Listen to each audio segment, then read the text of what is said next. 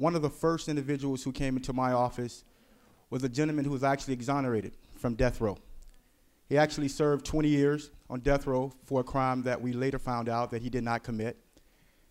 And during that conversation, he brought about some of the things that they actually experienced while sitting and waiting for the final button to be pushed.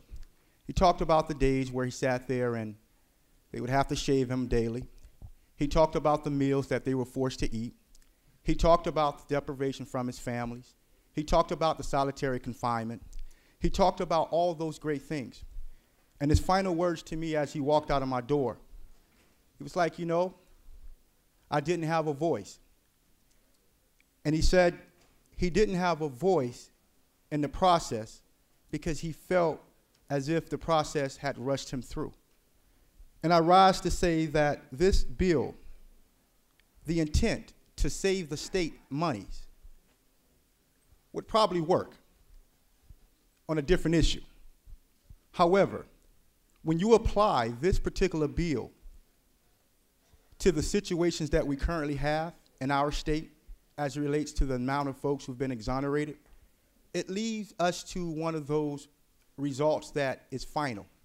And the final result is no one can debate me on this particular issue.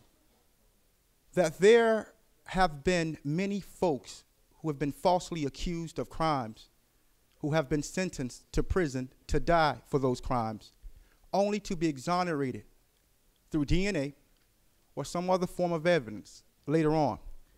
So before we push this button, whether or not we're going to vote for or against, I simply ask you, just think about this.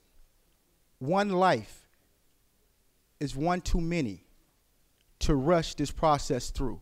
Allow the court systems to handle its business, allow the system to work its way through, and just allow those folks who are on death row an opportunity to have that final opportunity to prove whether or not they're innocent. Thank you.